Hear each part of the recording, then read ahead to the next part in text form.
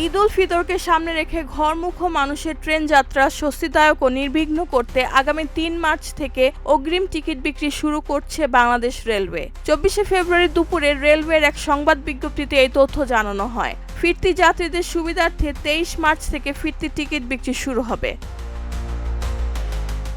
রেলওয়ের সিদ্ধান্ত অনুযায়ী অতিরিক্ত যাত্রী চাপ সামাল দিতে পশ্চিমাঞ্চল ও পূর্বাঞ্চলের টিকিট দুটি ভিন্ন সময়ে অনলাইনে ছাড়া হবে। পশ্চিমাঞ্চলে চলাচলকারী সব আন্তনগর ট্রেনের টিকিট প্রতিদিন সকালে এবং পূর্বাঞ্চলের ট্রেনের টিকিট প্রতিদিন দুপুরে বিক্রি শুরু হবে। ঈদে বাড়তি ভিড় মোকাবেলায় রেলবহরে ৫ জোড়া অর্থাৎ মোট ২০টি স্পেশাল ট্রেন যুক্ত করার পরিকল্পনা রয়েছে বলে জানিয়েছে কর্তৃপক্ষ। রেলওয়ে কর্তৃপক্ষ আরও জানিয়েছে, স্বচ্ছতা নিশ্চিত ও কালোবাজারি প্রতিরোধে এবারও শতভাগ টিকিট শুধুমাত্র অনলাইনের মাধ্যমে বিক্রি করা হবে। রেহানা বেগম, প্রজন্ম ২৪।